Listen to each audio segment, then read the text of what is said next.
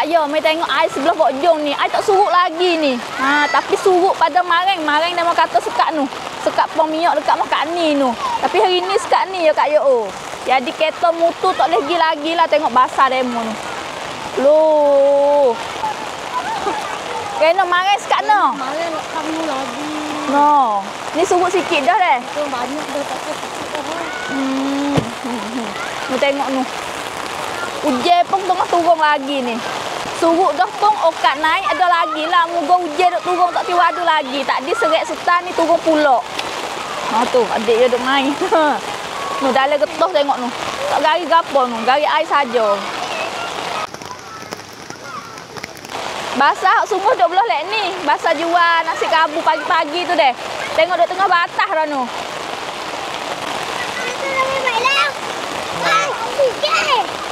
Sini air tak derah mana. Sebelah dak pen nu derah nu.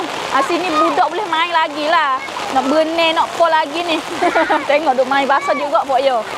Sini getok mula-mula dah di bojong. Getok hok nu hok yang dua duk dek nu lagi. Tapi kalau bah besar sokmo siapalah getok ni. Jadi kereta mutu nak lalu tak boleh lagi lah. Lek nu pun air banyak lagi. Tak boleh lakoh pergi bayar lagi lah. Lah, muda tak butuh basah yo. Tapi pergi bek tu selalu dah. Duk tengah batah tu. Tu mujuk ada nak nepeh gon ni. Tidak tu gidah Kak Yo.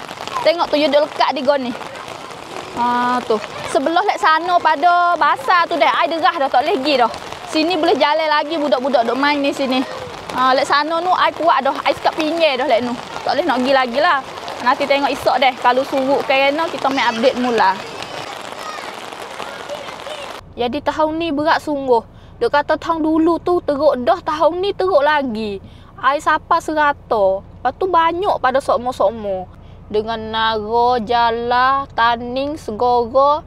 Lebih-lebih lagi hak jai alo. Teruk kita duk tengok dalam video demo duk sebar tu dah alo. Tak ada barang makan ni. Duk minta tolong lah. Pakak-pakak doa lah Kak Yo. Minta wis selamat belaka. Ori anak mai air ke? Ori anak mai air ke? Tengok dak pen tu.